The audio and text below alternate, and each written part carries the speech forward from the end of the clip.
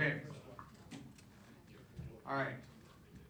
Welcome everyone to our panel, the 3 R's, Reform, Revolution, and Resistance, the problematic forms of anti-capitalism today, hosted by the Portland chapter of the Platypus Affiliated Society.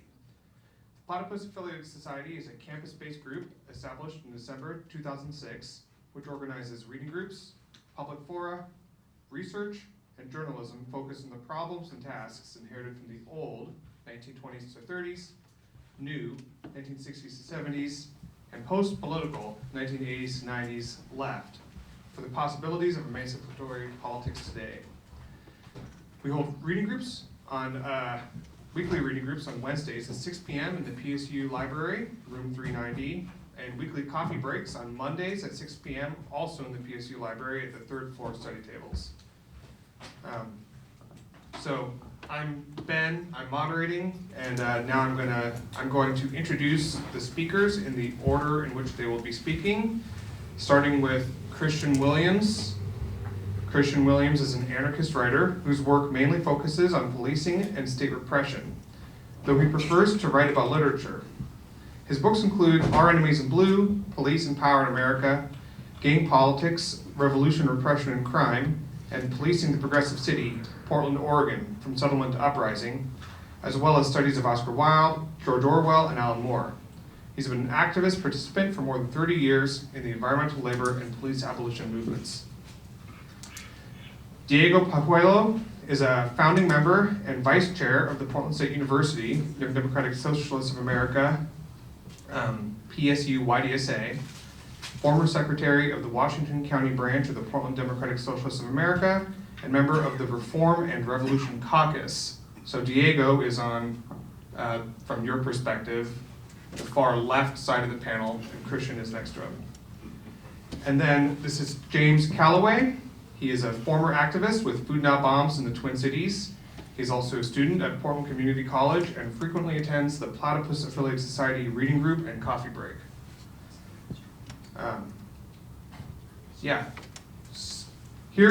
Here's the panel prompt. Historically, socialists like Rosa Luxemburg critiqued the perspective that only reforms were possible, ultimately arguing for the necessity of revolutionary politics on the left. Today, after generations of degeneration, it appears as though the dominant perspective on the left holds that only resistance is possible. Marx understood capitalism less as an ancient feudal struggle between the powerful and powerless, and more as a civil social crisis of unfulfilled potential, a truly modern dilemma. If capitalism is uncritically problematized as an ancient and irresoluble struggle against exploitation and oppression, then it would follow that the only possible action is endless and hopeless resistance to the present and to the future, all while repressing the revolutionary aspirations of the past. The previous 10 years on the left have seen calls for increased entitlement, spending, and nostalgia for pre-austerity Fordist welfare programs, particularly in and through Bernie Sanders campaigns. From Bismarck to FDR, capitalist states have used welfare reforms to weaken socialist parties and movements, and have such increased expenditures have been bankrolled by aggressive imperialist foreign policy. In light of recent shifts from entitlement spending to foreign policy and anti-imperialist activism, we want to re-examine these categories. 3 R's. Are substantial welfare reforms only possible in the wealthiest nations on earth? How are these demands squared with anti-imperialist foreign policy? Is resistance the only option for a weakened left, or does it amount to despair and abandonment of a revolutionary project? Is revolution even possible anymore, much less desirable? How ought we to understand socialist revolution? Is it identical to the welfare states which have historically been constructed to defeat socialism politically? Or should we follow Marx's lead that our social relations of labor ought to finally catch up to industrial reality? Reform, revolution, resistance. What kind of weight do these categories hold for the left today? How are they used? To where do they point? And what is their history? The panel format will be each panelist will have about 12 minutes for opening remarks, followed by a round of responses where you can respond to each other, to the other panelists, keep those responses to around 5 minutes, and then we'll open up for a Q&A. Yeah, so if you want to start, Kristian, I'm going to pass you this microphone.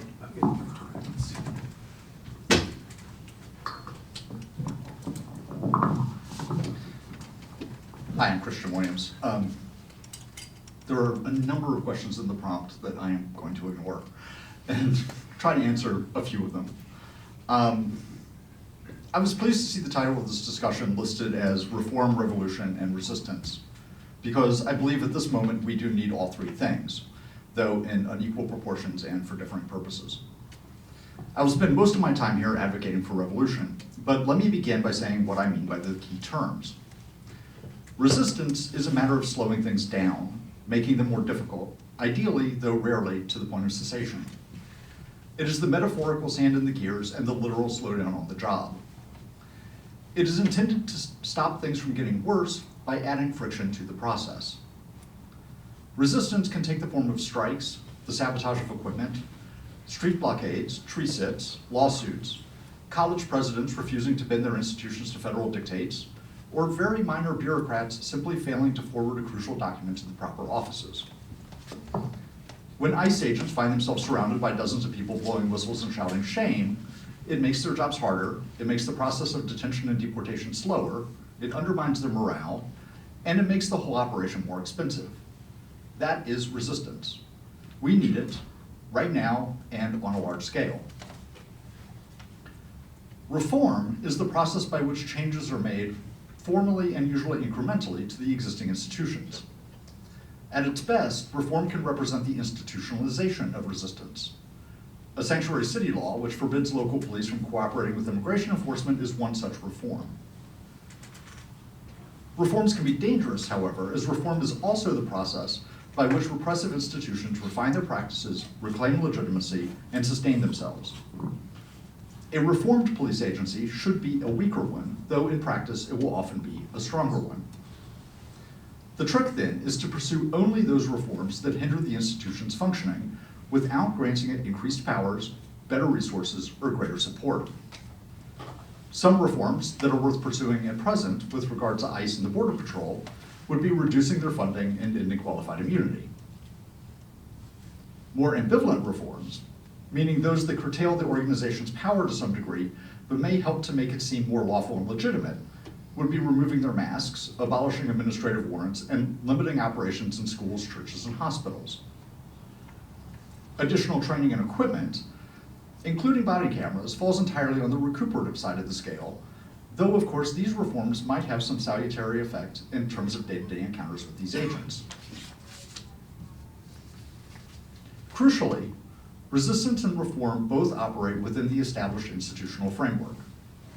Revolution, in contrast, is a process by which that framework is destroyed and replaced. Revolution signals a change in political structure, in social relations, and in the distribution of power. It is a process, not an event, and a revolution will generally be long underway before it becomes clear that that is what is happening. We are currently in the midst of a kind of revolution, though a revolution from the right. The institutions of the administrative state have been hollowed out. The rule of law, which was always kind of a polite fiction, is now an obscene joke. 2 of our 3 branches of government are only questionably relevant to state action. The institutions of civil society, including the news media and the universities, are being bullied by the national government and in most cases surrendering their independence without a fight. Most of these developments are extremely unpopular, but polling data is either disregarded or denied. Future elections are being undermined through a combination of gerrymandering, voter restrictions, preemptive propaganda, and the threat of armed agents at the polls. There is no going back. That's true for 3 reasons. First, the old order is gone.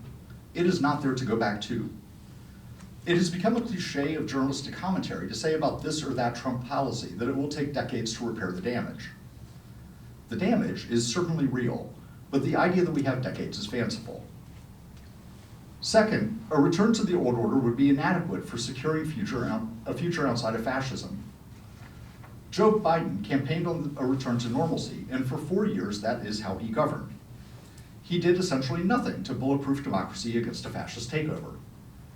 To a certain degree, he was hampered by his own liberal principles, which led his administration to take an overly cautious approach to prosecuting the conspiracy to overturn the 2020 election. Biden likewise remained committed to an essentially conservative bipartisan consensus and left in place the authoritarian apparatus that both parties had spent decades building up. He made no attempt to disassemble the police state, the surveillance state, or our extra-legal torture camp in Guantanamo Bay. He maintained the rate of deportations at Trumpian levels and responded to the George Floyd protests by increasing police funding.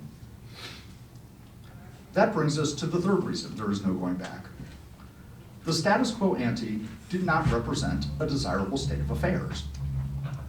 Leaving aside the Biden intermission, let's look back to Obama. 8 years of uninterrupted Democratic Party rule, which began with messianic enthusiasm and ended with the sad trombone defeat of Hillary Clinton. During those 8 years, the US government deported 3 million people. Economic inequality reached its highest level since 1928. At the end of Obama's second term, 2.2 million people were incarcerated, 45 million lived below the poverty line, and despite the passage of the Affordable Care Act, 9% of Americans still had no health insurance. That is not a circumstance to which we should aspire to return.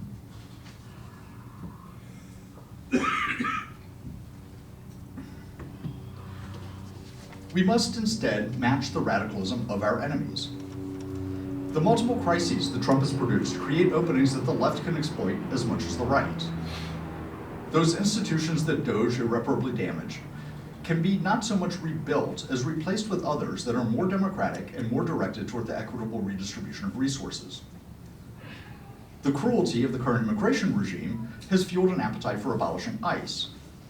With help, it could also lead to a general reconsideration of the idea of borders and, in parallel, put the abolition of the police back on the table. Trump's personal corruption and his chaotic economic policies represent a stark betrayal to those people who thought that they were voting for a return to industrial manufacturing or cheaper eggs. Much of the appeal of Trump's phony populism was that it tapped into real feelings of alienation and real economic hardship. The left needs to speak to those same problems, not only the economic issues, but the existential ones, the questions of meaning, belonging, and purpose. We have to show that we can offer better solutions.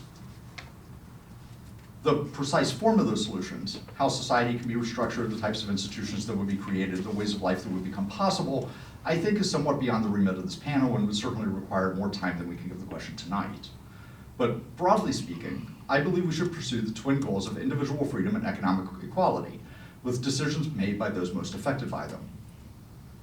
That means workers controlling workplaces, residents governing neighborhoods, students and teachers co-managing schools. I have no illusion that my own utopian vision, or anyone's, can or should dictate future events.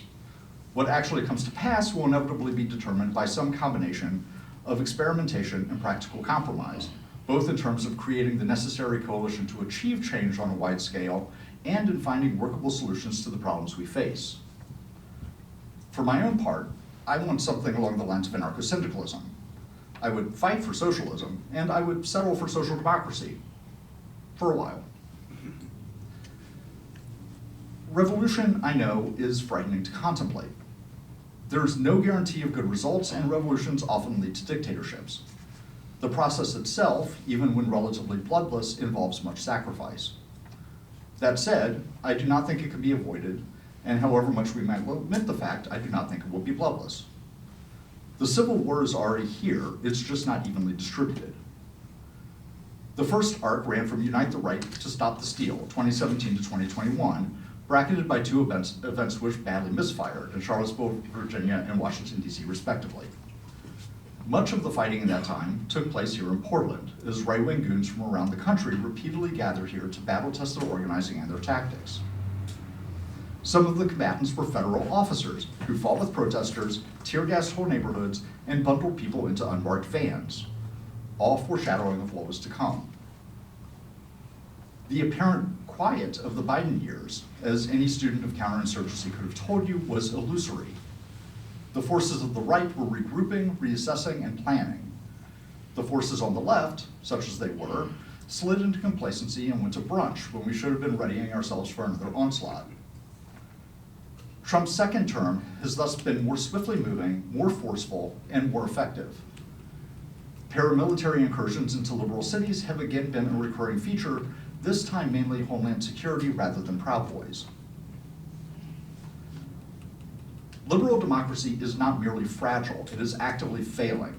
And rather than expend our energies trying to save or resuscitate it, we would do better to prepare for what comes next.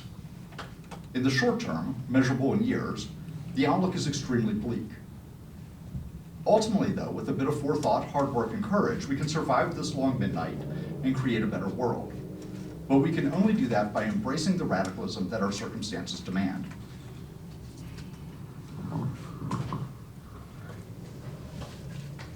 Who wants the mic?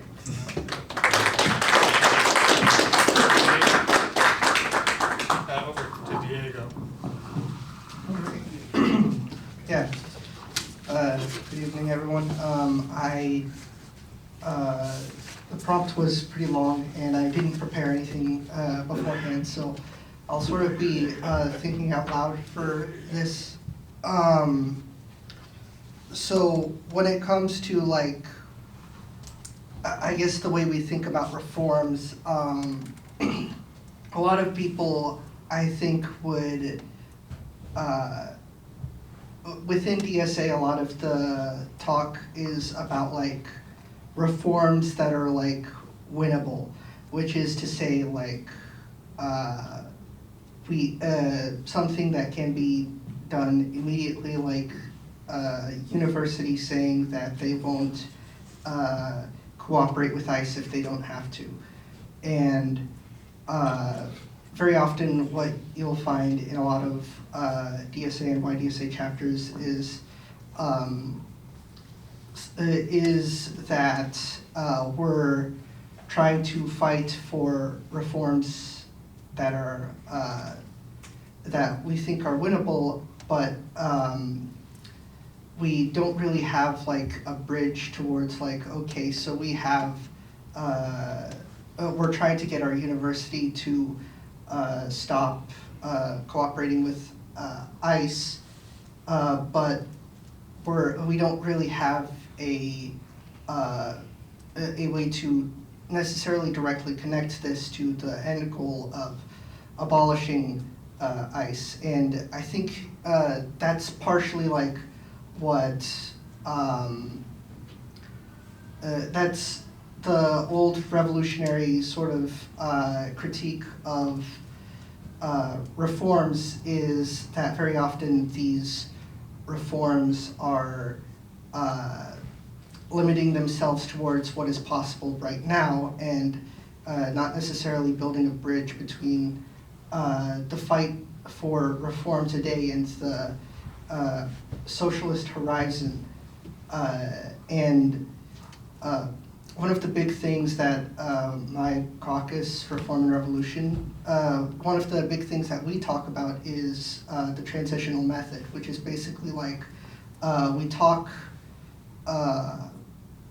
about, like, we understand that we can't be a propaganda group and say revolution now, like general strike tomorrow at this time or whatever.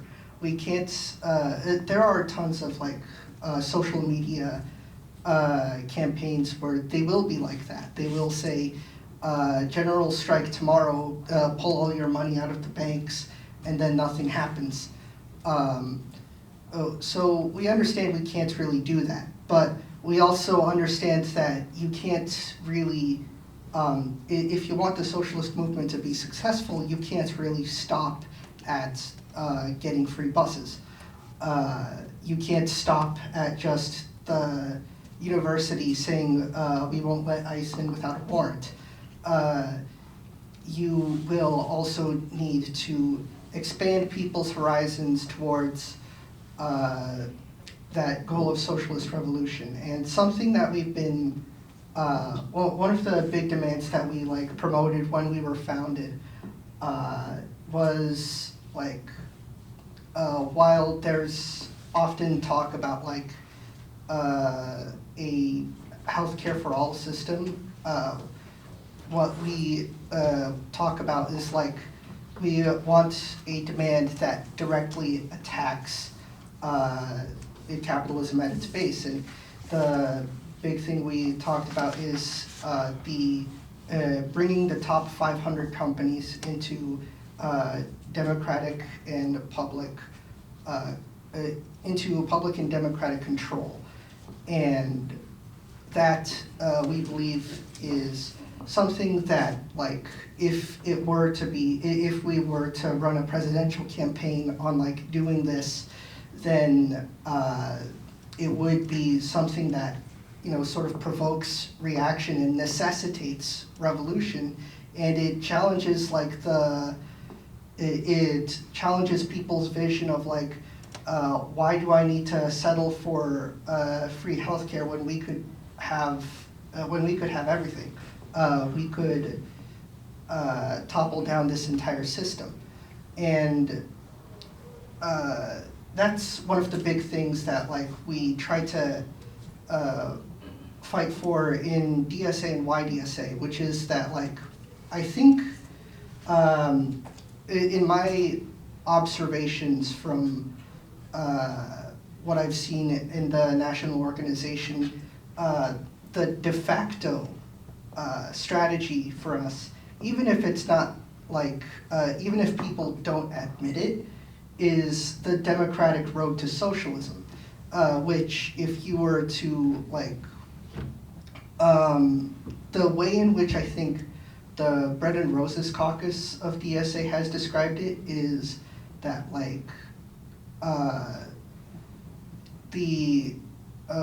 what happens is there's this sort of minimum program that we try to agitate for, like healthcare for all. Like what we've been doing is we find these demands, we agitate for them, we organize workers for them, we hold these rallies, we have advocate for strikes within the unions to accomplish these. And then once that's done, usually what happens is that sort of like builds people's vision of like, okay, so we really can accomplish this. And overall, I would say that like this, the democratic road to socialism is, it is a reformist sort of strategy. It is still like trying to follow through with a minimum program, but it is not,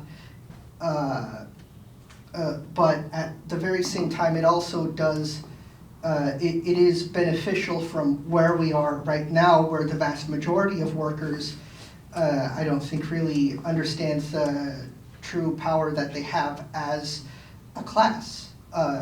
And so this democratic road to socialism does have a sort of progressive element to it, where the working class is finding out like what they can accomplish, but at the same time, it's not really pushing workers towards a socialist horizon. I think it can, but it can sort of lead to workers getting more radicalized. But at the same time, I sort of think of that one guy, I don't remember his name, but there was like some guy independent running for Senate who was like, he was promoting himself as a working class candidate, but at the same time, he was also like talking about like we need to strengthen the border, and and so he ran sort of as a trade unionist candidate rather than a working class candidate, if I were to like give it a name, which sort of I think goes back to like, you know, Lenin did talk about the need to build working class consciousness, while a lot of people are still stuck at trade union consciousness. And you know, a lot of like I've been saying, the democratic road to socialism is like putting a lot of people in that trade union consciousness, which is, I think, beneficial because a lot of people are a lot of people right now are still at no consciousness, but but still we do need a transitional method and a transitional program. And yeah, I'm not exactly sure what else to say, so I guess I'll end it there. DSA needs a transitional program, and that's how we're going to be building the Socialist Party.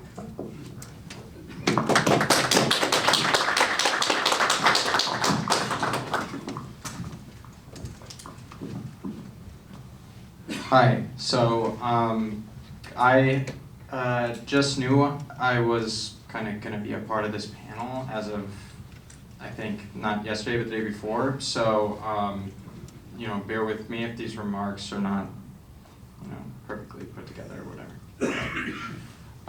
But I guess I thought I'd start with the question of the value of political experience or kind of personal history on panels. As that's kind of how I'm planning to start my remarks. This is connected in my mind seemingly to the question of the value of biography in philosophy. So is it the ideas themselves, or is it the case where material reality and facts are determining one's ideas, one's political commitments, one's thinking? Or rather, it may be clear that we are dealing with a more interwoven relationship of consciousness and social being.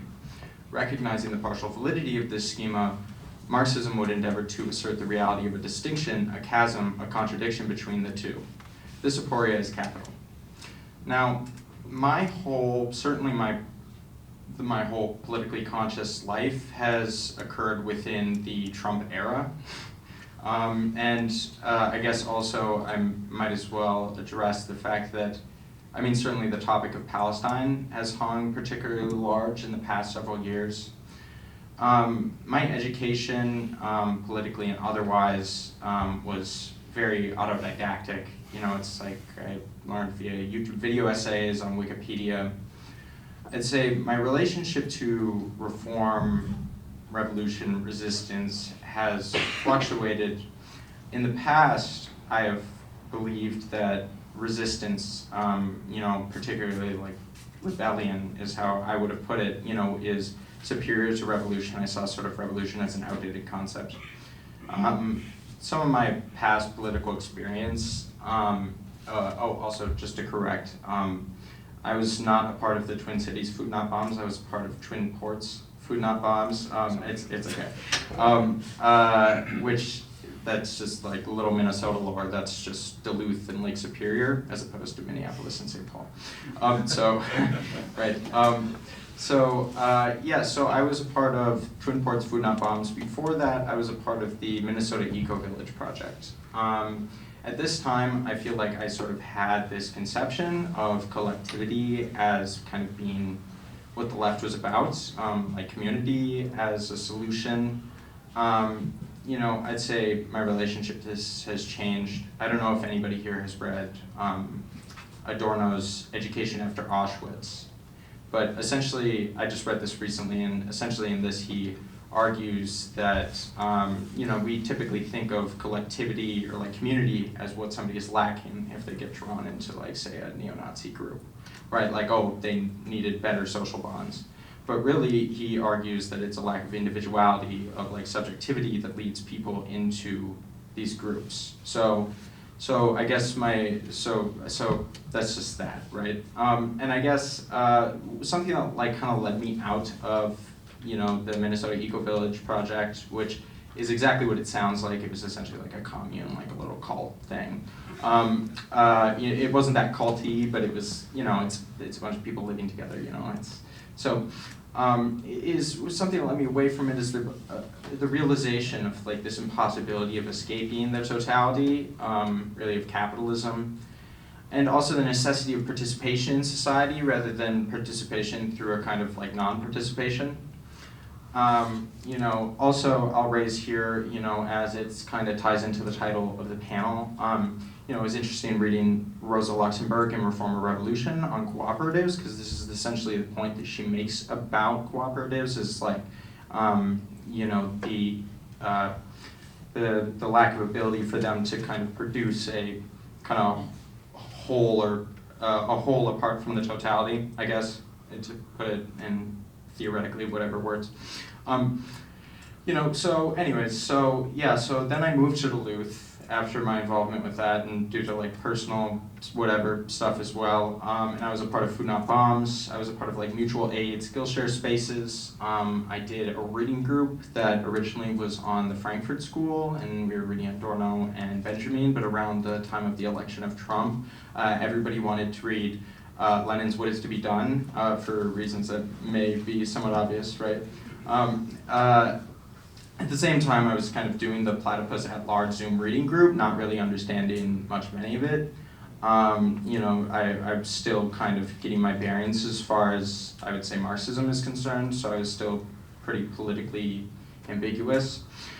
To kind of go back, I mean, I was raised in a Midwestern conservative household, so like when I started off like ideologically in like high school, I was like a conservative libertarian. And then I had like 2 teachers in high school who were like probably Democrats, they were like thoughtful liberals, and they kind of got me to this place of being more kind of social democrat, civil libertarian, classical liberal, until eventually I kind of lost interest in politics altogether, was like apolitical for a while, which really I was just a liberal, right? I was interested in like sociology, like pragmatism, consciousness, philosophy of mind. A lot of this stuff I feel like kind of led me back into the politics, into sort of a leftist, anarchist, anti-capitalism. Like I read Henry David Thoreau, and that was kind of the birth of my anti-capitalism in a lot of ways.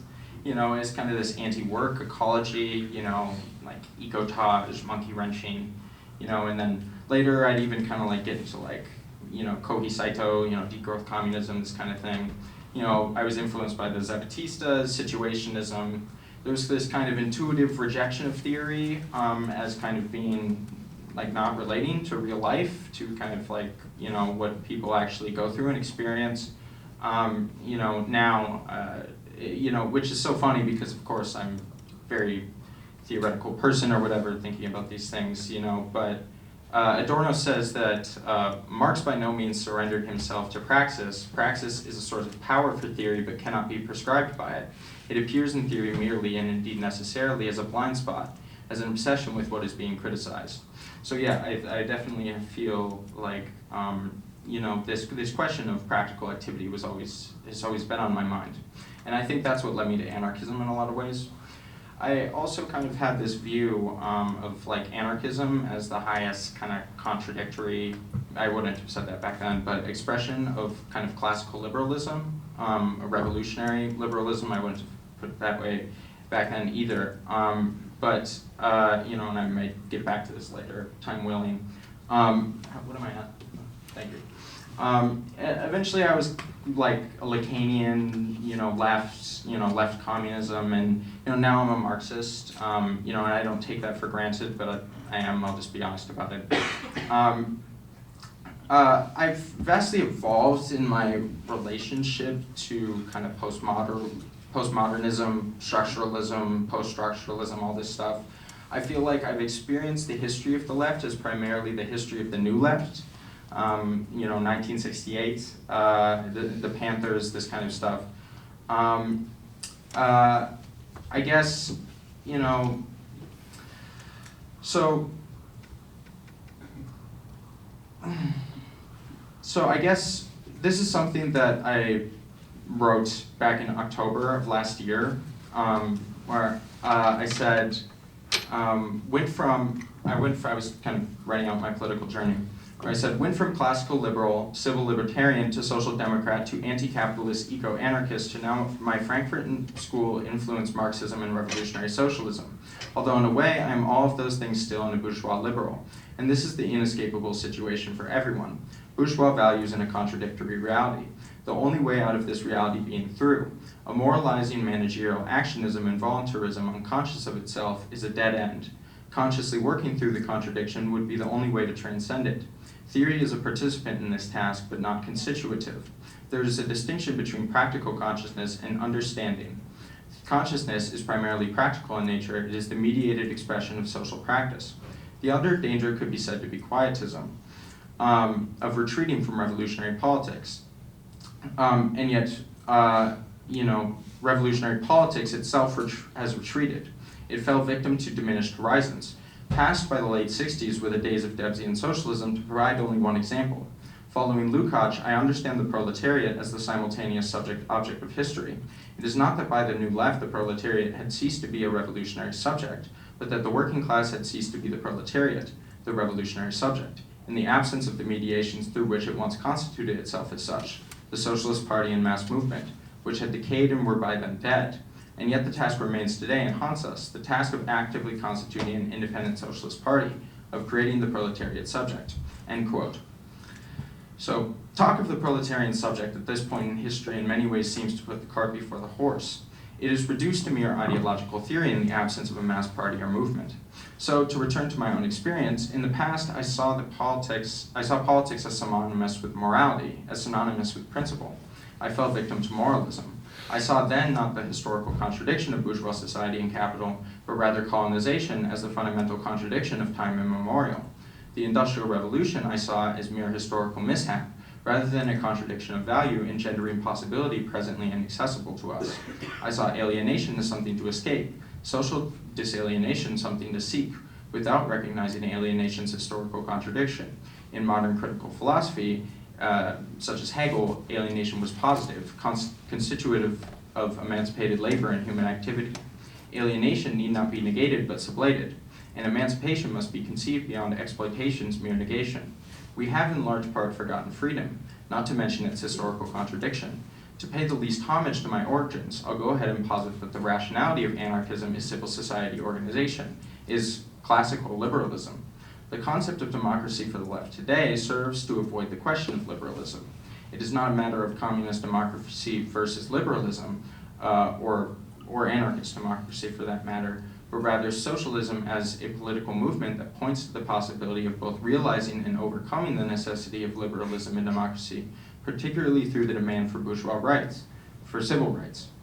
Rosa Luxemburg said, describing a dialectical concept of democracy, the socialist movement is not bound to democracy, but on the contrary, the fate of democracy is bound up with the socialist movement.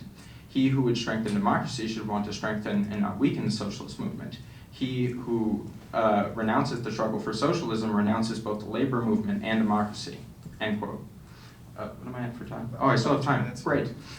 Resistance and rebellion are paradoxically both newer and maybe much older phenomenon when contrasted with reform or revolution. I've come to see them, in notable contrast to my former view, as fundamentally reactionary. They are phenomena expressing a conservative critique and opposition to capital, as opposed to a progressive emancipatory one. Resistance evokes the idea that the movement is everything, the final goal is nothing, an idea formulated by Bernstein in the reformist tradition. The aim of radical systemic change is substituted for practices of stalling or blocking the most extreme or negative aspects of a particular administration.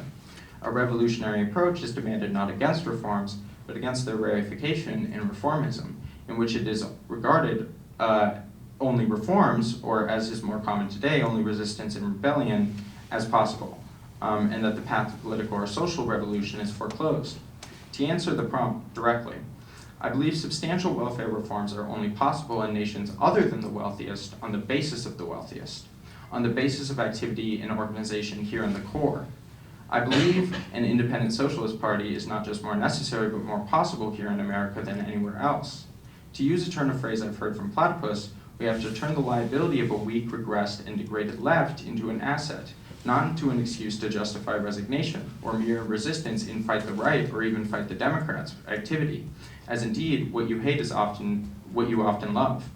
I worry what we excuse the left of by pointing to the right and the Democrats, and I worry about the abandonment of the utopian revolutionary idealist horizons and imagination of people's past, precisely because, following Marx, we should be able to recognize these horizons as eminently practical on the basis of the problem of surplus and overproduction inaugurated in the Industrial Revolution.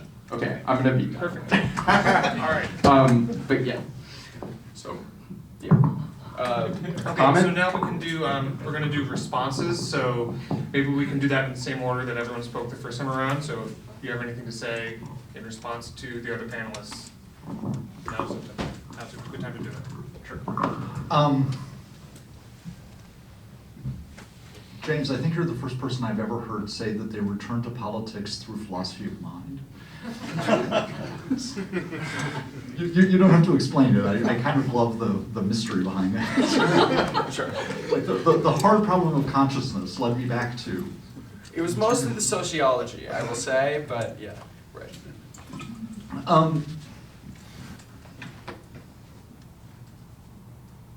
Okay, I took a bunch of notes of things that I wanted to say, but actually I think I just want to focus in on a question of something you said right at the end, where you said that an independent socialist party is more possible in the United States than anywhere else. And if that's true, then why don't we have one? And yeah, I'll stop there. Do you wanna go first, or you wanna pass it to Diego first? Oh, did you have anything you wanted to? Just one thing. Oh, yes. Yeah, You pipe on. I was just curious about, like, if you could go more in depth about what you mean by anarchism is revolutionary liberalism. I was just curious about that. That felt so funny to me.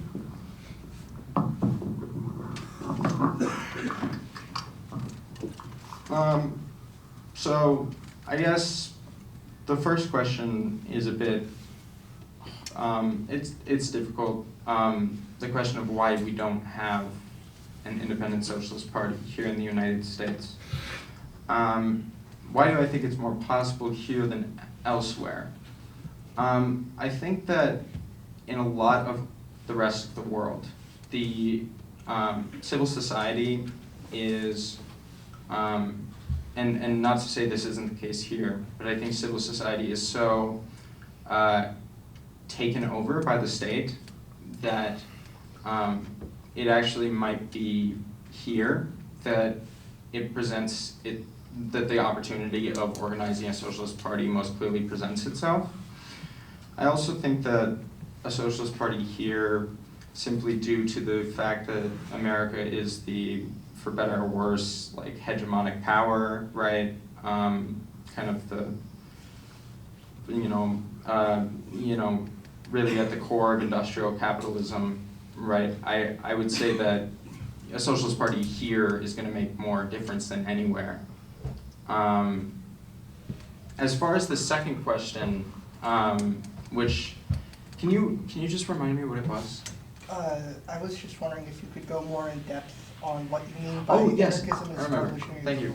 liberalism. Well, I'll just use the first thing that came to my head when you asked that question was Proudhon, who famously said, like, he had three authority figures. It was like Hegel, Adam Smith, and the Bible. And Proudhon was, I think he maybe even coined the term anarchism, so he's like one of the early anarchists.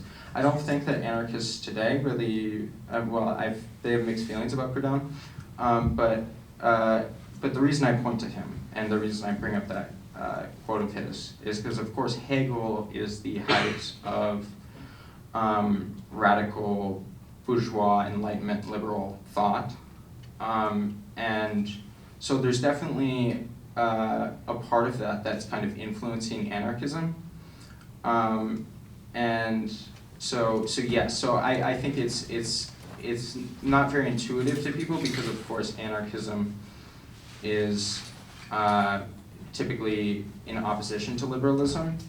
It can even, I was reading your interview with the PR from a few years back, it can even, and it can even kind of slip into an illiberalism today,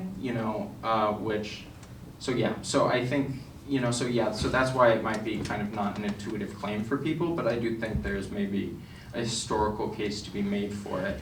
But anyways, I don't want to. So, Do you guys have more that you want to say? I did also have a question to you. Yeah. I think you did a pretty good job outlining the need to pursue reforms that are winnable and also to expand the sense of what is possible.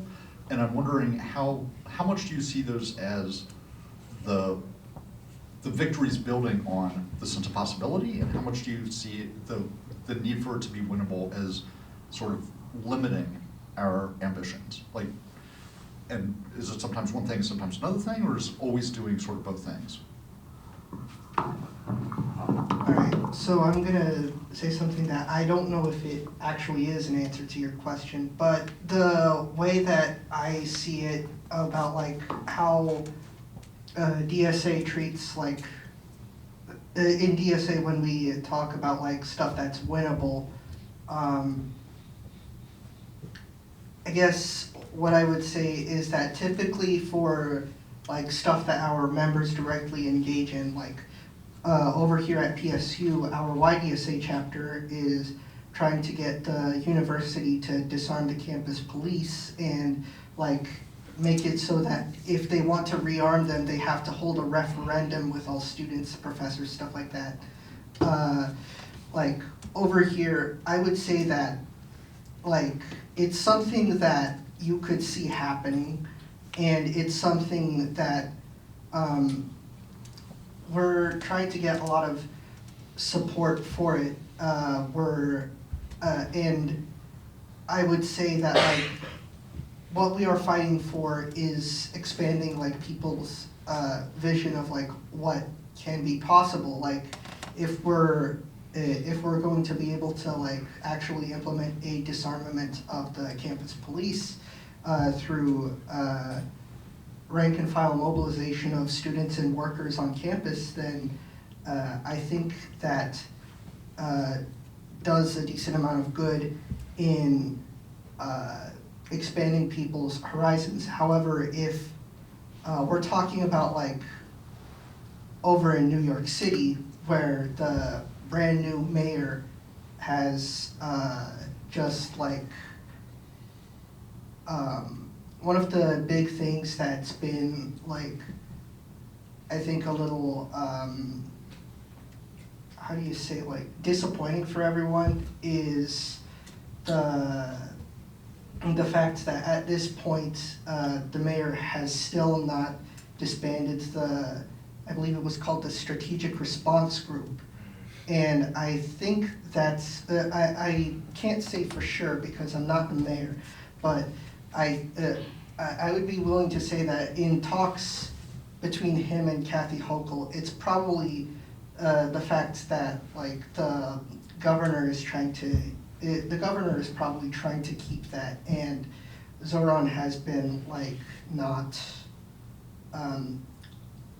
when he's been trying to govern, he minimizes the sort of like program that he's following towards what's most acceptable to like the current government, because like in my opinion, he should be mobilizing the like 14,000 New York City DSA members and like hundreds of thousands of union members that are in New York City, but in practice that's not what he's doing, because he sees himself as someone trying to make government work rather than someone trying to win socialism. And generally, like because of that, he is limiting his program towards like what's winnable within the like first 2 years or so. And I think that has been a pretty big detriment to like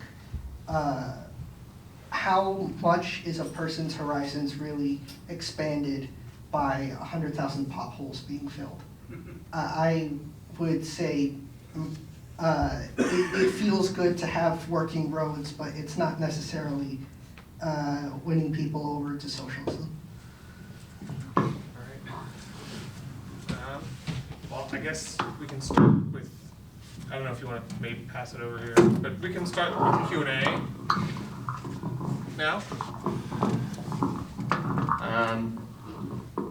Maybe I'll ask the first question for the Q&A, which my question is, I think some of you talked about it a little bit, but just for all of you, how do you see is there a connection between reform and revolution, and maybe how does that play out? How are they interrelated to each other?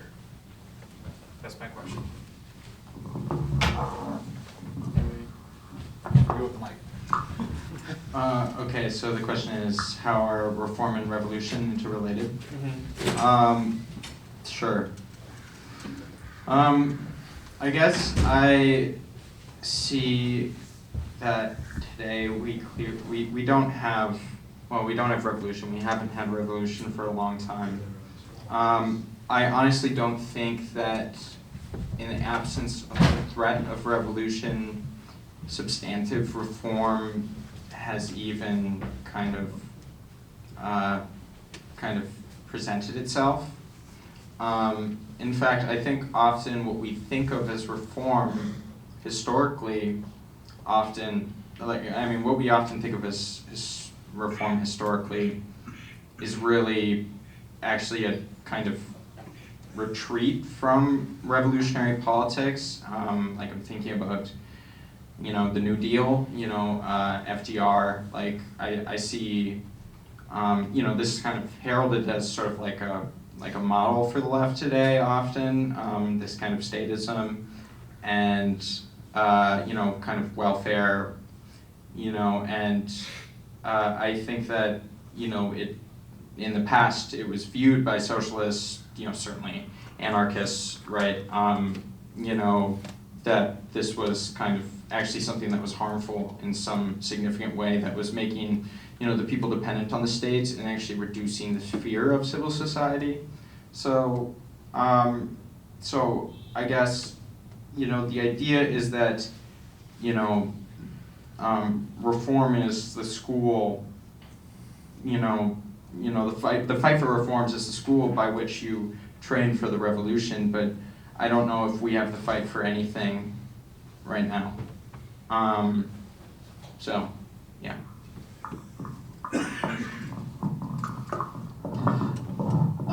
Yeah, let me see if I can build on that. So there's I think a dynamic where the threat of revolution is the way the reforms get won, and that on the other hand, the granting of reforms is sometimes the way the revolutions get defeated. And at the same time, as you pointed out, it's true that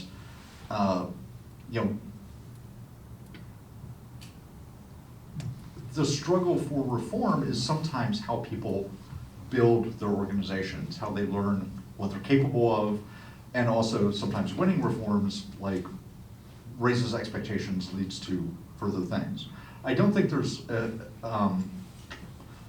a universal sort of a priori, reforms are good or reforms are bad, that we can conclude from this.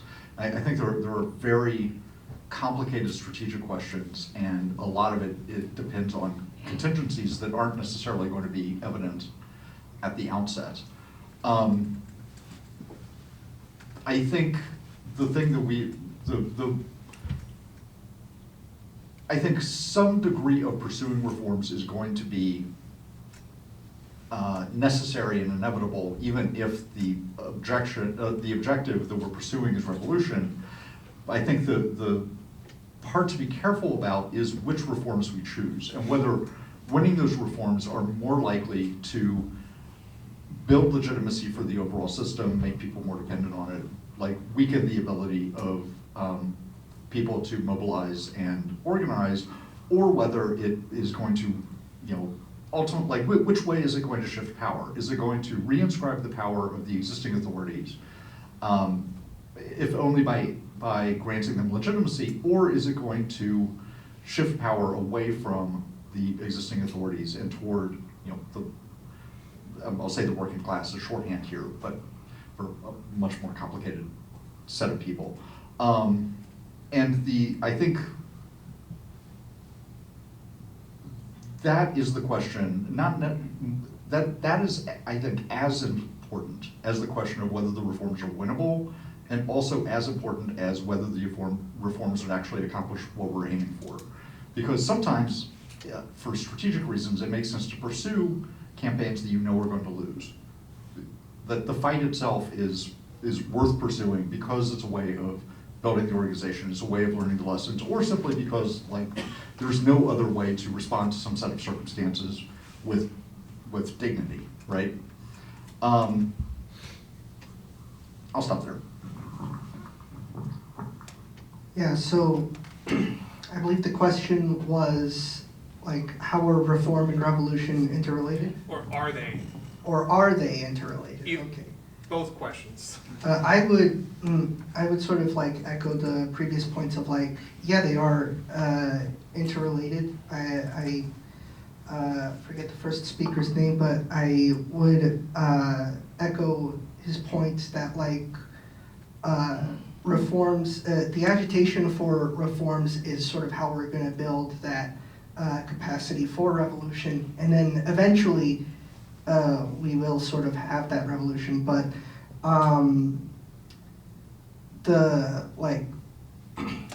and so I do think they are interrelated, and in terms of like how they are interrelated, I've said previously, and I'll say again, that like we need to be not only like building capacity, but also like expanding people's horizons with our reforms.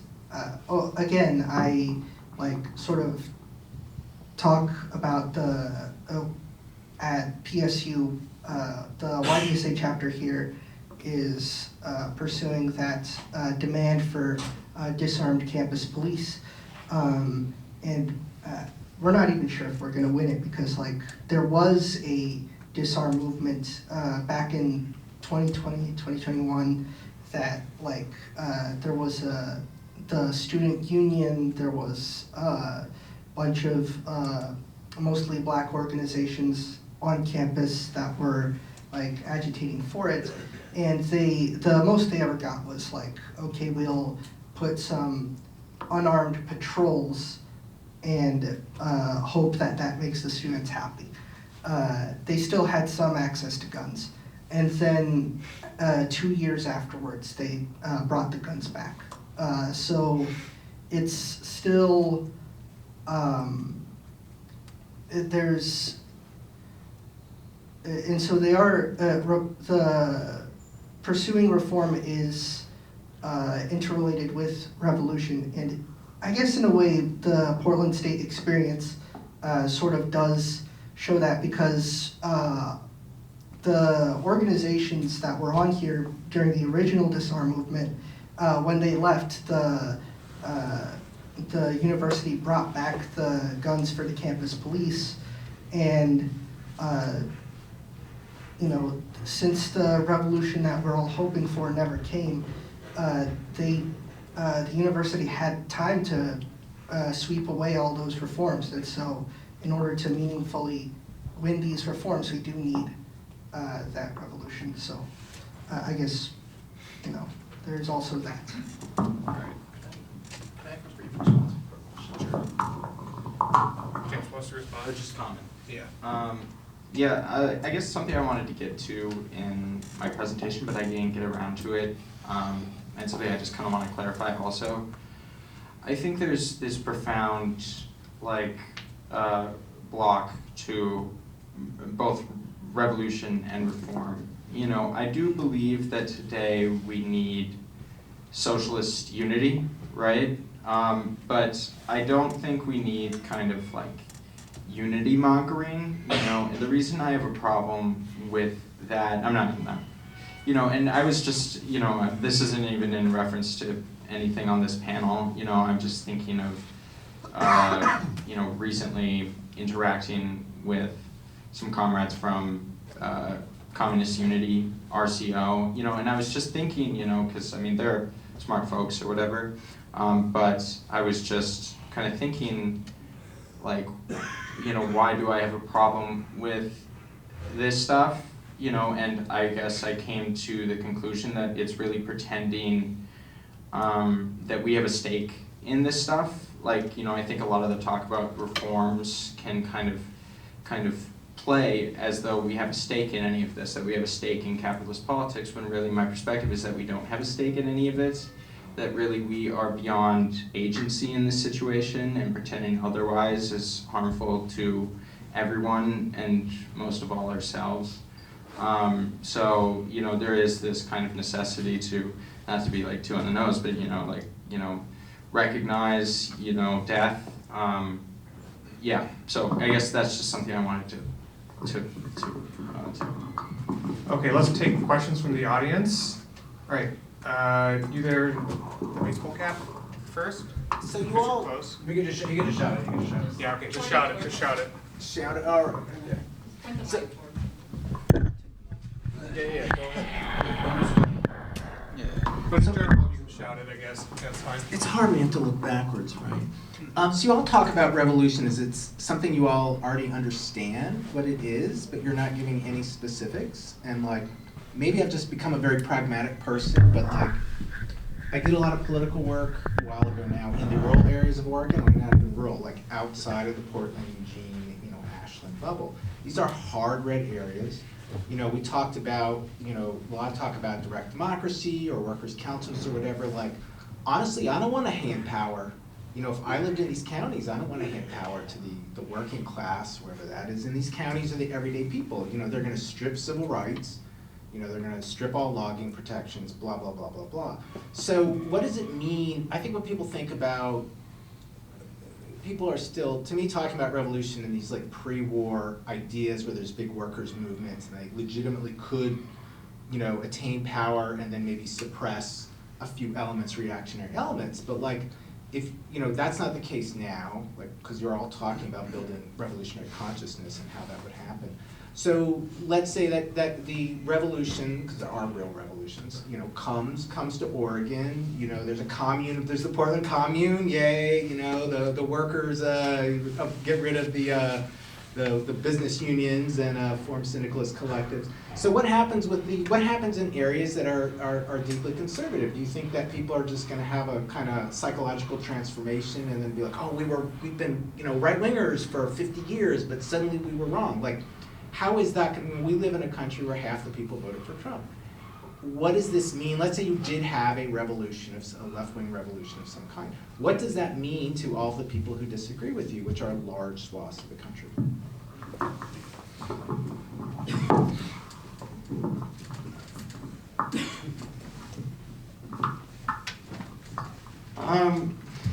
Okay, first thing that's brought to mind is Trotsky on socialist psychology. In Results or Prospects, he talks about this. I guess, there is the question of like, do we need a proletarian socialist psychology? Does everybody need to have adequate consciousness or whatever? I guess the idea is that, a change in the relations of production, would, like there's not the necessity, like that would produce the change in consciousness. It's not like the change in consciousness is a necessity for that, above and beyond like the actual organization to make that happen, if that makes sense. I don't know, I mean, like, I'm intimately familiar with like, I feel with like conservatism, right? I don't view it as, like, I mean, I get a lot of the times it is maybe, very reactionary, kind of racist, whatever, bigoted, but I think a lot of the times, you get down to it, a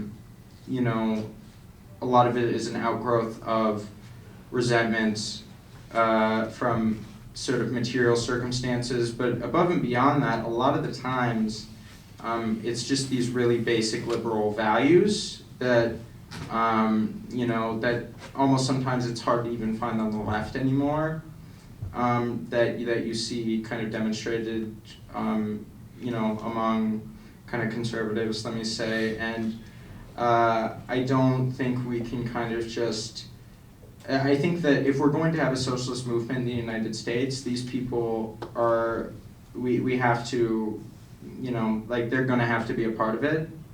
That might be unpopular to say today. You know, I don't know, but it's kind of how I think about things. So, yeah.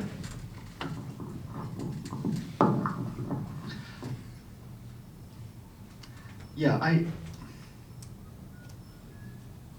don't think that it would be possible to have the kind of revolution that probably anybody on the panel wants without bringing a large portion of people who are presently on the right to the left.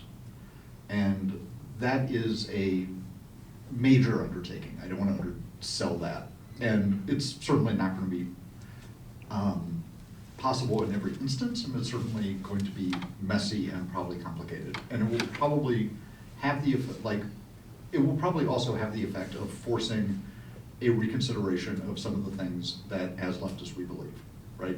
Like it will mean, because we will need to be able to take more seriously than we have in recent history the concerns of those constituencies. And we need to be able to show that we have better answers than they've been given on the right. At present, I'm not sure we do, right? In broad strokes, yes, obviously, we believe in liberty, equality, and fraternity, and they believe in, I don't know, Zog. And but in terms of practical politics, the left has not done a better job of addressing their actual material and existential needs than the right has, which is why conservatism, it's one reason the conservatism tends to be stronger in those communities, because we have neglected them, not just in terms of practical organizing, but even in terms of theoretically taking their concerns into account. So I wish I had an easier path to do it, but I don't think there is one. I think there's both a theoretical challenge and a practical political challenge in developing a kind of left-wing movement that people in John Day are going to want to be part of. I've not thought of the question particularly well because I don't live in a particularly rural area, and I'm a college student. I do most of my organizing here, so I haven't had too much of a problem there, but yeah, the way I would sort of this probably isn't a satisfactory answer, but what I know of is there's comrades over in Idaho who they're setting up DSA chapters in their towns, and they are genuinely building up the socialist movement over there. It's not easy because Idaho is I don't know, the most Hitlerite state in the country, but they have a bunch of stuff going on. I think they're putting a bunch of effort into their mutual aid projects, which my views on mutual aid are a little complicated, but I will say that at the very least it does do a good job at making people think, oh, if these people are here to help, then that does sort of build a bit of reputation. And so if people do see socialists helping out other people, then that does build some reputation and presence for socialists over there. And it's not in rural places the socialist movement doesn't have anywhere to go. I think there's been a bunch of media, I think from More Perfect Union and stuff like that, that does show that there are a lot of rural communities are facing the same problems, not necessarily the same, but similar problems that the cities are. And there is room to organize people there, even against conservatives, but yeah, I don't have a fully thought out answer for like, how are we going to organize the very right-wing people right now? Take another question. Let's go with Conrad. Yeah, should I come up or should I just project as loudly as possible? I think it's fine that you just project if you can. Okay. So I used to be in a left-wing organization that had like sub-caucuses, and one of these caucuses was self-identified as like the revolutionary caucus. So that encompassed, in their case, like a very strange mixture of former Trotskyists and Stalinists, and even like sort of like revolution consciousness people, right? But they saw themselves as being opposed to reformists, and the reformists who had their own caucuses in the organization saw themselves as being opposed to the revolutionaries. And you know, beyond griping about my personal political experiences, I guess my question is, I think all of you kind of touched on like this relationship between reform and revolution. I don't know about resistance so much, but how like historically they've kind of played off on each other and built each other up. And I guess, you know, maybe not in terms of like the practical nature of contemporary inter-left politics, but why does that self-reinforcing relationship seem to become like an oppositional relationship today? Why does reform get in the way of revolution, and revolution get in the way of reform? I'll start with this. Okay, so I think, I mean, there will be people, if you have like a reform caucus, there are going to be people in the reform caucus who just aren't interested in revolution, right? Which means that they will bring a different, they're not thinking of it as a step in that direction. They're thinking of it as the reform as being an end in itself. And that will inherently introduce a sort of limiting tendency to what they're going to, like how they're going to be thinking about it, what they're going to be looking at. Contrary-wise, there's a real tendency of people who identify themselves as revolutionaries to conceptualize that as being, you know, in contradistinction from the reformists. And I think an important point that gets missed is that not everyone who pursues reforms is going to be a reformist, right? Like, it doesn't mean that revolutionaries, I think, can engage in reform work, and to some degree, I think, have to, but they need to do it with the idea of a broader revolutionary objective in mind. However, if you are thinking of it in very binary terms, where the thing that makes a revolutionary is that they refuse to engage in reform work, then you're going to end up with more internal opposition than I think is, strictly speaking, necessary. It seemed like you had something else. Yes. Yeah, so if I'm getting the question correctly, sorry, I dropped my pen. It's how did we get to reform and revolution? Although I guess the comment from YDSA is already there, right? You know, how did we get from reform and revolution to reform our revolution, right?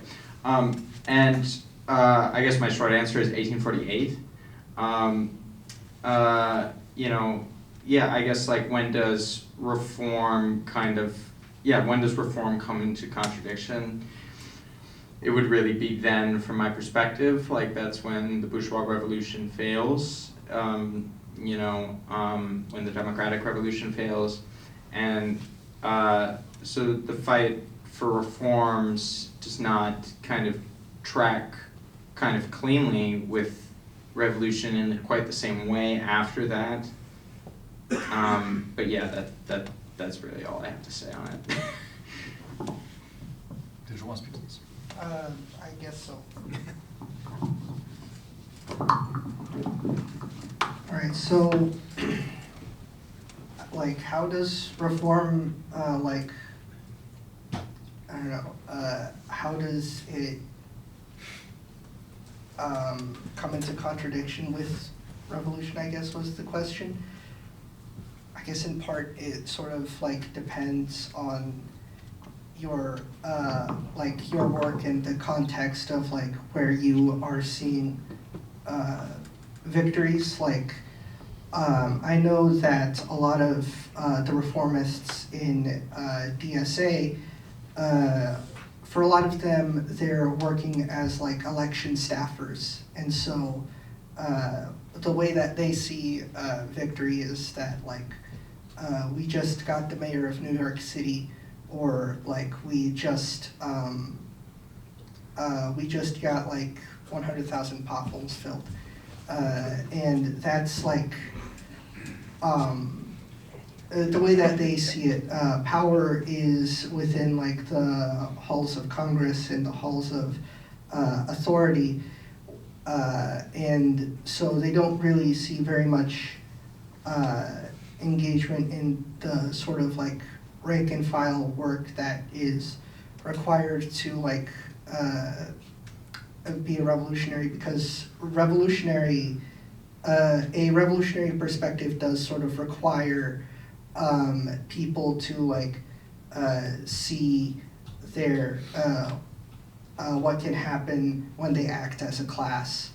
Then again, there's also some like some reform-minded people, I guess, in who are maybe are not necessarily engaged in electoral work, but are engaged in like trade union work. And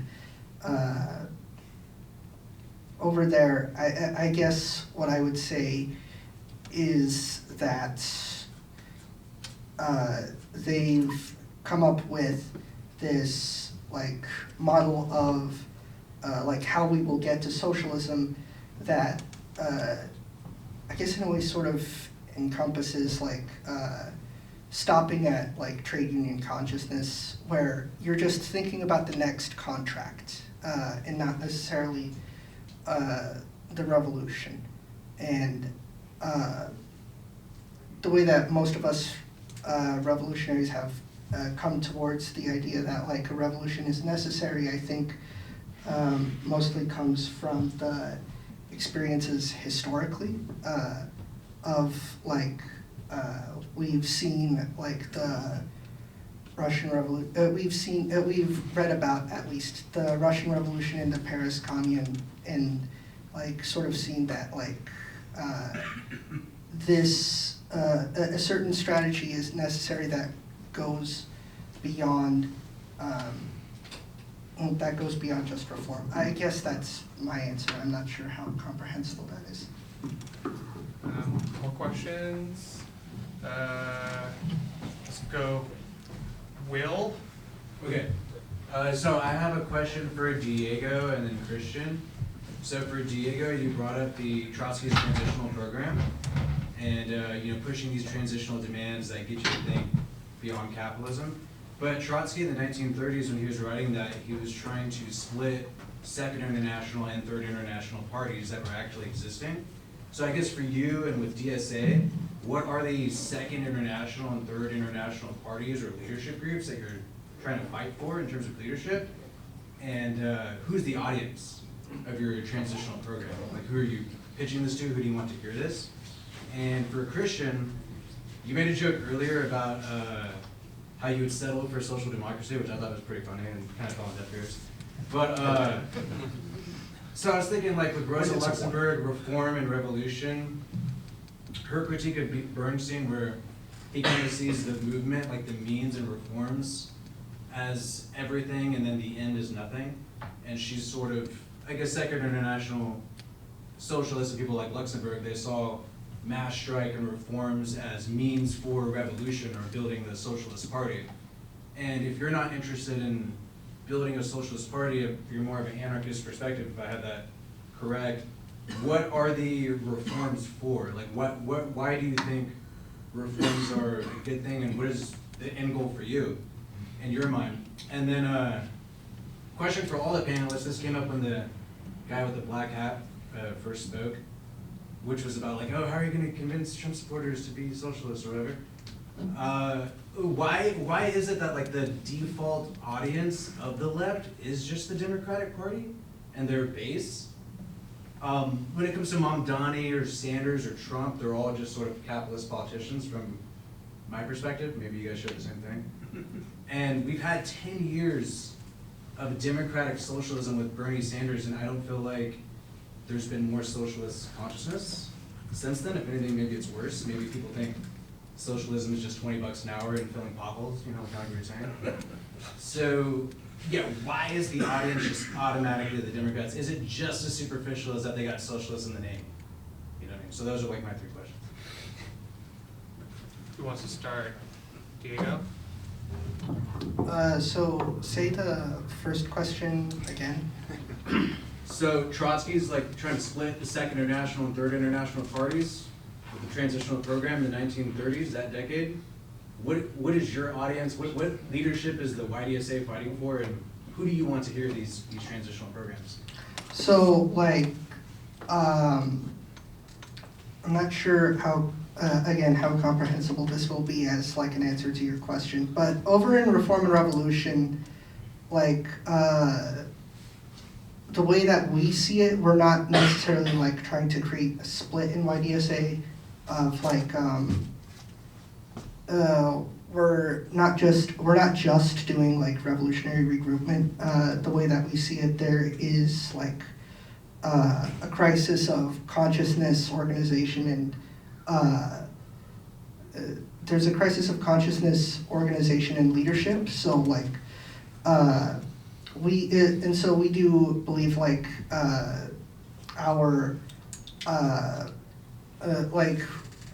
we do believe that there should be revolutionary leadership. However, at the same time, we don't think like revolutionary leadership is going to automatically like solve all of the left's problems. There's also that crisis of organization where like only 10% of workers are unionized, and there's only 105,000 DSA members, and that's a large number compared to like the next biggest thing, which I think is like PSL has 1,300 members or something like that.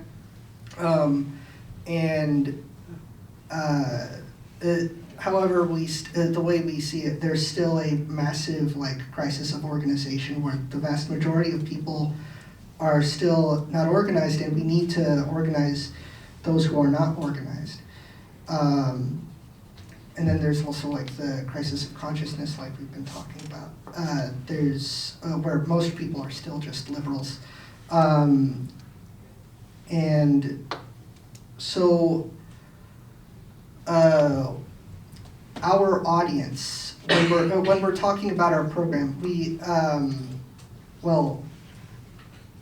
when we talked about a little while ago about like what program for DSA, when we had our program, which was like a sort of DSA-ified transitional program. There was Marxist Unity Group's program, I forget exactly what it was, and then the Workers Deserve More Forever program. And the way that we saw it was that the program we put forward is something that we want to present to like all workers. It's not just like we're trying to win over a certain section of revolutionary DSAers. So when we talk about like we want a transitional program, we're saying that we want this program for the masses, not just like the 100 or so DSAers who are revolutionary but have not yet joined the like 7 other revolutionary caucuses. So I don't know. That's what I would. That's what I would say. And then on the point of like democratic socialism, like, or why is the Democratic Party like the automatic base for it? like the main thing I would say is, I think after 2016, the Democratic Party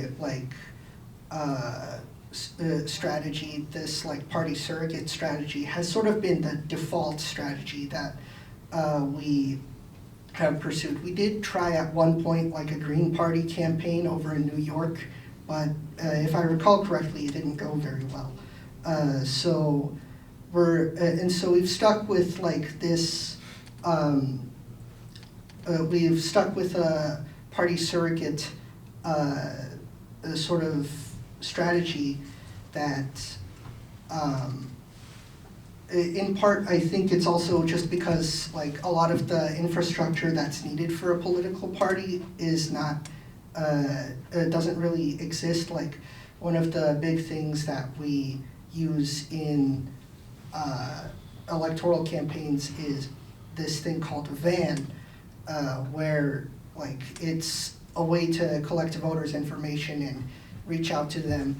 You can't do that if you're not in the Democratic Party, and so that's something we've had to do. But at the same time, like I'm not sure how much time I have, or like Another minute or so, I don't know. yeah, there is this whole rabbit hole of like what even is the Democratic Party, like. Or what does it even mean to be a member of the Democratic Party? Because like they don't have meetings, you check a box at the DMV and that's it. Yeah, that's the basic answer.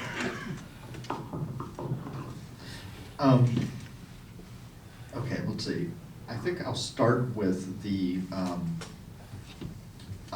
why is the default audience or the default base that the left goes for the one that is currently captured by the Democrats. I think to some degree it's this feeling that the leadership of the Democratic Party is essentially a conservative party, but the supporters of the Democratic Party are often further to the left. And so it seems like they're just there to be recruited to something that would better serve their ideals and interests. That said, I think that there is a mistake, I think, in thinking that liberals are all just, radicals waiting to happen. Like, there are also people whose politics are liberal because they have essentially just liberal values and like would be pretty happy to see, student loan relief and food stamps increased, but don't want to see, private enterprise abolished, for instance. So I think there's both a kind of strategic sense that is at work there, and also sometimes a psychological mistake. We're just thinking like, oh, well, we can just show them that they're being hoodwinked and that we can do better, and then, the next thing you know, they're part of something to the left of the Democrats. Okay, so you asked me specifically, sort of like, what is the end that I'm looking at? I sort of gestured at it in the talk, but really what I want is a world where people largely have control of their lives, and both individually and collectively, that they're not constantly being pushed around, that they're not constantly being sort of artificially constrained and hemmed in, that we have the ability to participate in the decisions that shape our lives, that we are actors in creating the society and not just sort of having society imposed on us. So, for possibly autobiographical reasons, like my way of understanding that is largely through anarchism.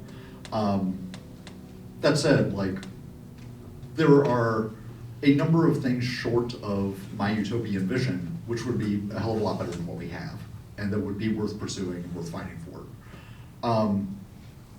In terms of why reforms in particular, I mean, I said a couple sort of strategic things about this in terms of it is a way that people, you know, collectively learn what they're capable of, like learn to struggle, that reforms can shift the power from, you know, the bosses to the workers, et cetera. But, you know, another thing that it's important not to lose sight of is that people's lives can be improved. And they can be improved sooner rather than later. And as dismissive as I was just a minute ago of student loan debt and larger food stamp payments, like those things would really make a difference for large numbers of people. And barring contraindicating factors, they're worth pursuing just for that sake.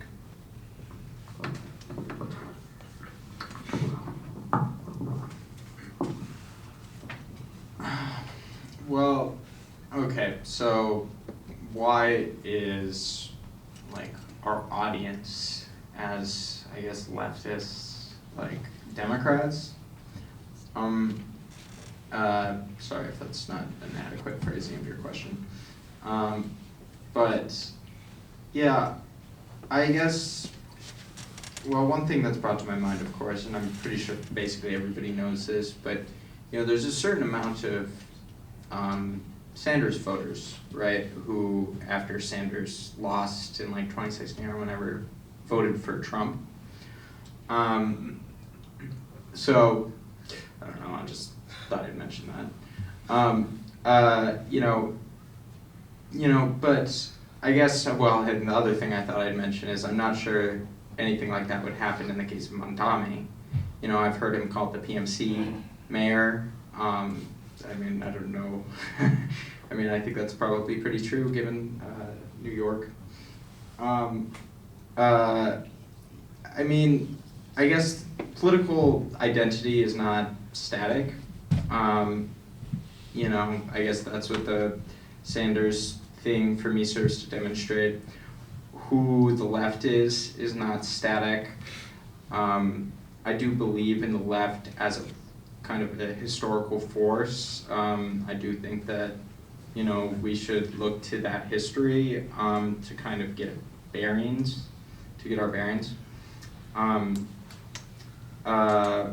You know, and yet it is true that, you know, we might actually get a better hearing from people who aren't Democrats, right? So, I don't know. I don't know if that's an adequate answer to the question, but yeah. Audrey? Sorry. Okay. Kristian, you seem to lay out a small d Democrat idea, like democratic idea of revolution as something gradual that's only discernible after the fact, which is kind of reminiscent of Hegel's Owl of Minerva flies at dusk, which Marx obviously critiqued as no longer serving an emancipatory role with like the American, the French revolutions, like his criticism of it, where it was like social and political revolution become inverted after the Industrial Revolution. Now you have to act first politically to allow for the social revolution. So he kind of inverted the bourgeois democratic, you know, liberal democratic notion of revolution. But so in Marx obviously said that it served a conservative purpose after the Industrial Revolution. And we've seen this particularly with like bourgeois nationalist movements in the 20th century, because you kind of open the door for the right to be able to utilize this notion of revolution and to take charge of these types of movements. And so that idea of revolution is obviously no longer tied to the left. It's oftentimes used by the right. Correct me if I'm wrong. I picked up on that. And then Diego, you seem to equate revolution with the idea of collapsing the system in some way, with like kind of like totalizing destruction. And you bemoan the fact that most people are still just liberals. This was in the Q&A, so I was able to add on to I wonder what you think of Christians, like liberal democratic idea of revolution, liberal idea of revolution as civil society transforming itself, not necessarily in the direction of the left anymore. And then James, you seem to think of revolution as some sort of radical change in consciousness, but mostly seem skeptical of or hesitant to talk about any kind of political change, whether reforms, nor some obscure notion of like a mass shift in consciousness, whatever that necessarily means. I wondered if you all might connect revolution to freedom explicitly, if you're interested in doing so. What are the prospects for liberating the world? What are we trying to liberate ourselves from? Is it just the Republican Party? Is it just billionaires who are easily replaceable and are fungible as workers ultimately? Are we liberating ourselves from poverty specifically, or boredom? Is there any room for freedom in our idea of revolution? Or do we not have time for such fanciful utopias, considering our immediate attention ought to always be directed at fighting whatever Republican administration is currently in office, as the ungrateful, unappreciated lapdogs of the Democrat Party? Okay, let me start with a clarifying point, which I don't think derails the line of questioning or anything. I don't think it's that the revolution can only be understood as such retroactively. It's just that I think it will largely be underway before anybody realizes that that is the thing that's happening. And often even people who are pushing for a revolution will then find themselves surprised by the sudden momentum of events that weren't exactly part of the plan. In terms of freedom, like, yeah, I mean, well, okay, wait. Let me say one other clarifying thing first. It's also not that I think the revolution has an inherent rightward direction at present. It's just that I don't think that the left has a monopoly on revolutionary politics. And I think that there's a dangerous tendency, a kind of complacency on the left to think that the right is just sort of inherently conservative, right? That it's going to either try to preserve things as they are, or try to restore them to some earlier form. And that isn't always true, and there are figures on the right who understand that that's not always true, and have been trying to organize a sort of a rightward, usually sort of fascist revolution, for decades. That seems less silly than it used to. So, yeah, and so I think that the notion of revolution involves the scale of the change, not necessarily the pace or the process by which it arrives. So it can happen very fast, so it can happen rather slowly. I would rather it not involve a lot of guillotines, but obviously historically that's the way that's gone, right? Now in terms of freedom, it's like, yeah, I think that's kind of what I was trying to get at. And I think that one of the things that separates any revolution that I'm going to be enthusiastic about from all of the others is that at the end of the process, there should be a wider scope for human freedom. That like people should have more possibilities for leading full, meaningful lives, for making their own choices, for having some sort of control over the decisions that affect them. And there, unfortunately, some of the notable revolutions on the left did not include that element. And I think that is extraordinarily regrettable and also has become sort of a hindrance to how we think about the whole process.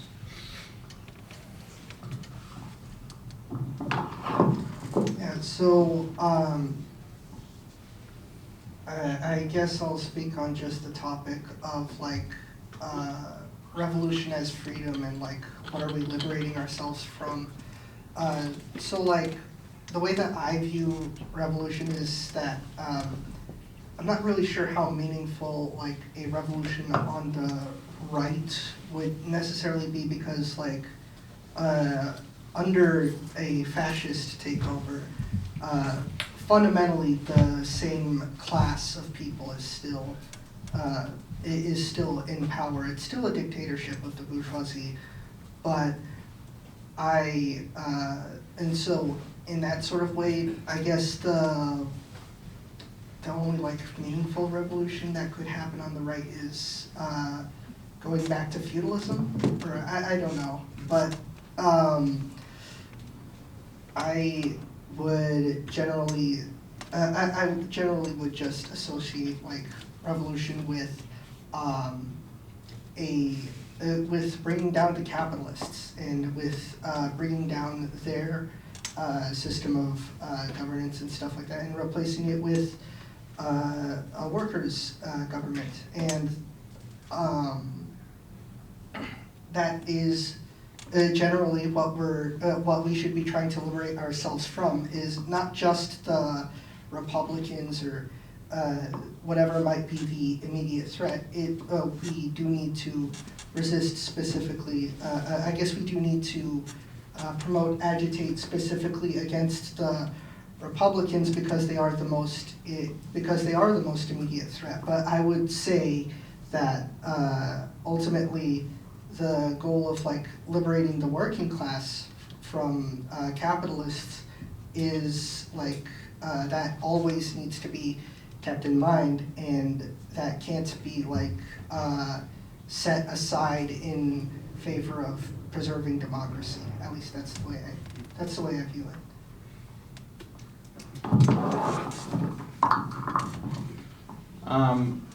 Okay, so I guess I don't see the Republicans as the immediate threat. In fact, I see, I guess, Audrey, you pointed to, whether my kind of conception is like a kind of psychological or kind of like social change in consciousness, right? I guess in my comments, I pointed to the fact that in Marxism the idea is both a political and a social revolution. However, I guess, what you get right about that is I do think that the change that needs to occur is on the left. Like, we need a reconstituted, left. I think it's dead today and maybe, has no future in its current form. So, and then as far as freedom goes, I don't know if, I was kind of reading through it pretty fast, but, in my opening comments, I pointed to the fact that we have forgotten freedom, not to mention its historical contradiction, right? So I do think that is kind of a lost orienting principle, and it's been replaced with kind of all others. So we've forgotten freedom, but yes, also its historical contradiction, because what were the revolutionary liberals of the kind of bourgeois period fighting for? They were fighting for freedom, and kind of, as I pointed to with 1848, that no longer maybe works in the same way.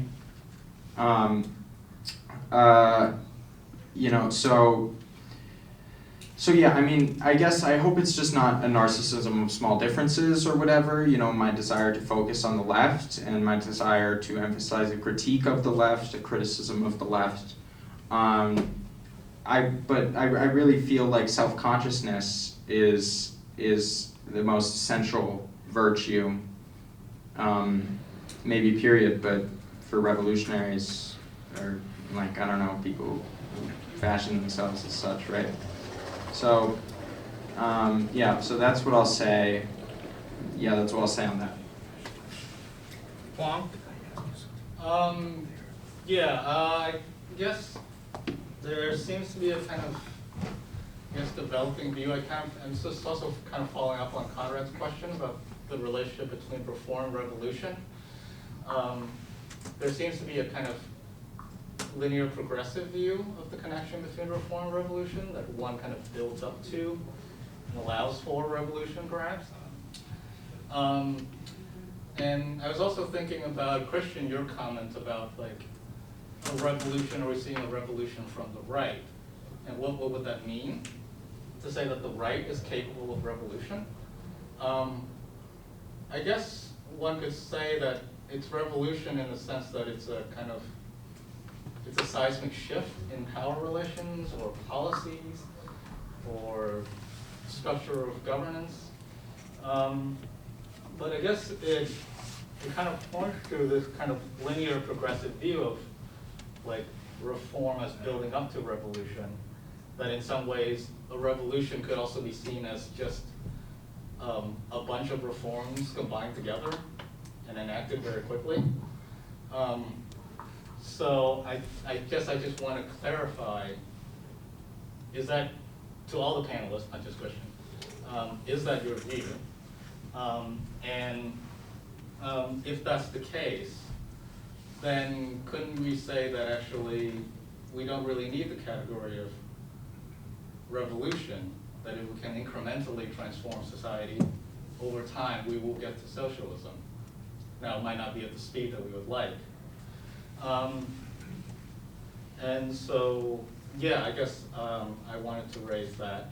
I guess I also have more specific questions for James about your last comments about freedom and its contradiction. I guess what I kind of wanted you to clarify, what do you mean by that? Like, what does it mean that freedom can be in contradiction with itself? How is that possible?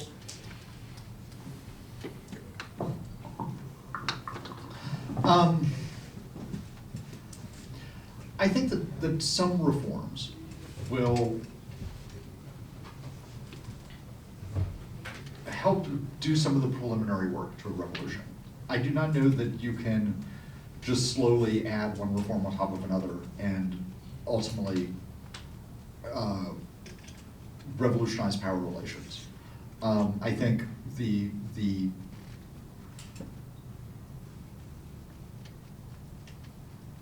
nature of the actual institutions that we have, and also just the interests of powerful people, are going to mean that that process will be, let's say, punctuated by periodic crises. And that will probably not take the form of, I don't know, battle measures or whatever. So I don't want to come across as being more I don't know, procedural than I mean to be. In terms of the notion of revolution on the right, I mean, there are important people on the right today who understand themselves as revolutionaries. I mean, Steve Bannon is one of them. And as he understands it, his aim is to basically destroy the existing structure of society and replace it with something else. And I think, you know, some of the conceptual hang up here is that we have kind of we have romantic notions attached to the idea of revolution, which make it seem like, you know, a thing that we should want. And some of them we do, right? But not all of them. And I feel like there was a third part to the question that I'm probably leaving out, but I'll stop there and maybe it'll come back to me. Yeah, so for the idea of like, can't we just, like, if a revolution is just a bunch of reforms done in a very quick amount of time, I think in a way that's sort of like the bread and roses, like what a lot of the bread and roses minded people in DSA would like say. I remember when reading one of the books that they have on their reading list, Bigger Than Bernie, the writer was like talking about like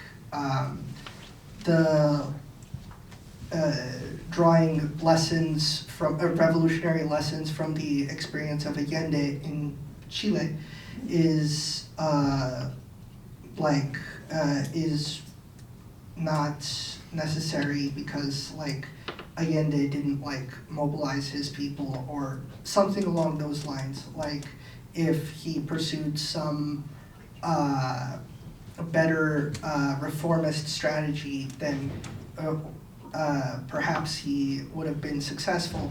I personally do not really hold that view because like the way I see it, that's not really what a revolution is. Reformed dictatorship of the bourgeoisie is still a dictatorship of the bourgeoisie if you leave in place the ability of capitalists to like if you leave in place the stuff that allows the capitalist state to function, then they can, even if you make all of these reforms, they can come back and just take it all away.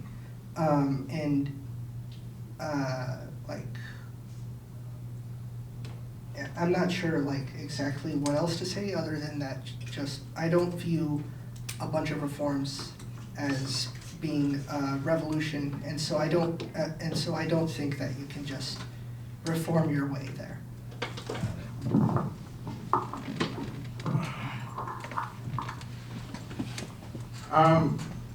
So before I answer the question specifically addressed to me, I kind of just wanted to talk a bit about the relationship between the right and revolution. So the reason this comes up for me, or just like is something that I'm thinking about, is in my understanding of fascism or Nazism is as the revolution of the counter-revolution. And in many ways, this formulation is a useful way I have of explaining why I don't think Trump is fascism, or why I don't think that what we have currently is fascism, because we don't have a revolution. You could have a counter-revolution too, and obviously fascism is this revolutionary right kind of movement. So, yes, you can definitely get revolution on the right. And the hope would be that we don't leave it to the right. Then the question of how can freedom be in self-contradiction? I guess it's tied up with the question of how the fight for freedom is in self-contradiction, how, in fact, the fight for socialism, the fight for communism, is bound up with the problem of capitalism, and in fact, kind of even constitutes or can recreate the problem of capitalism. I guess this is also tied to my mind of the need that I kind of raised in my remarks of, an independent socialist party, because I would see the party as sort of kind of what mediates this inevitable situation the mass movement for socialism finds itself in, which is capital, right? I guess this is also connected to kind of what Comrade Pajuelo, hope I'm saying that right, brought up earlier, trade union consciousness in Lenin, where, it's like consciousness has to be brought from the outside, because the working class is only capable of trade union consciousness. It would be the party that is kind of serves that function of kind of bringing together, I guess, the worker and the intellectual, or I don't even know how you'd want to put it. So those are just some kind of like loose thoughts on what you raised I don't know if it answered the question, but. All right, if there are any more questions, let's do one more question and then closing remarks, and the panelists you guys can wrap your closing remarks into the final question. Do we have any more questions? No? Okay, if anyone wants to give closing remarks, this is the time. So I thought for my closing remarks, I'd just finish my opening remarks. So that's what I'm gonna do. I left off saying that I worry about the abandonment of utopian revolutionary horizons and the imagination of people's past. Precisely because following Marx, we should be able to recognize these horizons as practical on the basis of the problem of surplus and overproduction inaugurated in the Industrial Revolution. To say the problem of modernity is scarcity is laughable, yet to say it is distribution falls short of Marxism. The problem is our social relations of production. As far as anti-imperialism is concerned, I have come to the view that anti is a non-dialectical conception. We need critical imperialism, critical Bonapartism, the dictatorship of the proletariat, and I believe myself to be following Lenin and Marx in saying this. We should understand socialist revolution not as accelerationism, abundance, techno-utopian statism, nor as primitivism or degrowth anarchism, but as both and neither of these things. What we should be clear on is that socialist revolution has nothing to do with FDR New Deal liberalism and welfare.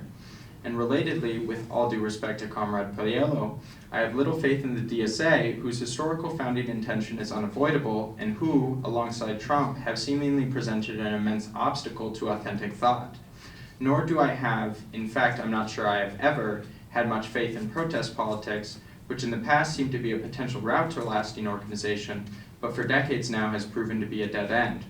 My intention is not to criticize practical action from the ivory tower armchair of theory, but to interrogate where the action is pointing, how it is motivated.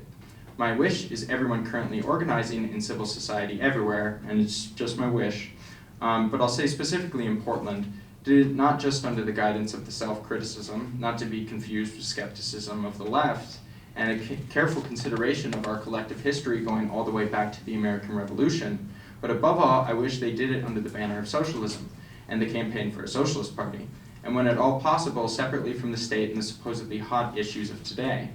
I want to help get the campaign for a socialist party going here in Oregon. And I say this in full awareness of the ever-present risk of which Adorno so poignantly warned us, actionism. Yet I believe with my whole heart, my hope is on the basis of however faint or fading a historical possibility, that an independent socialist party is the task posed to us here in the present. It's irrefutable that Marx, Lenin, and Luxemburg remain for us specters. Yet what remains open is the question of what we make of the past. Will we continue to render it Alexandrian, archival, or will we make it present? Thank you.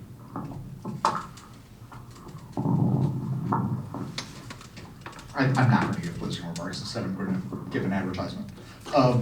If you somehow haven't heard enough from me tonight, on Thursday, I'm giving a talk about my new book, Policing the Progressive City.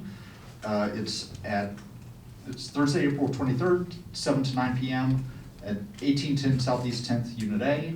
There are smaller versions of this flyer over on the table, and also books that I'm selling in case you are feeling like a consumer. Yeah.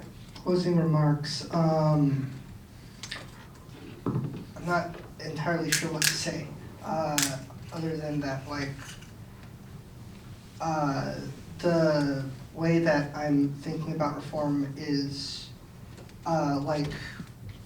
it's particularly important here at PSU because, over here I'm starting the YDSA chapter, or I have started the YDSA chapter that, we're fighting for the disarmed campus police, and the way that I've been, I've said it before and I'll say it again, the way that I've been thinking about it is I've seen back in 2020, there was a massive movement towards disarming PSU, and that movement half succeeded and half failed.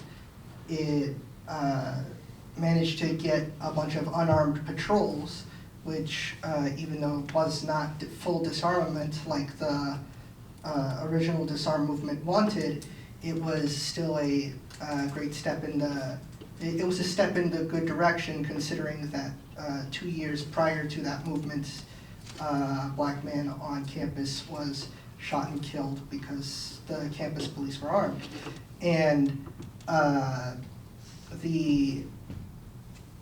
and 2 years afterwards, that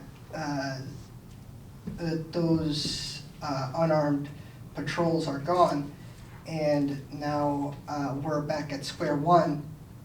Hopefully this time, with YDSA being the leader of this sort of this movement, we can be, well, we can at the very least get closer to revolution, even if some people in the room don't really believe in my organization. So, yeah, have a nice night, everyone. Okay.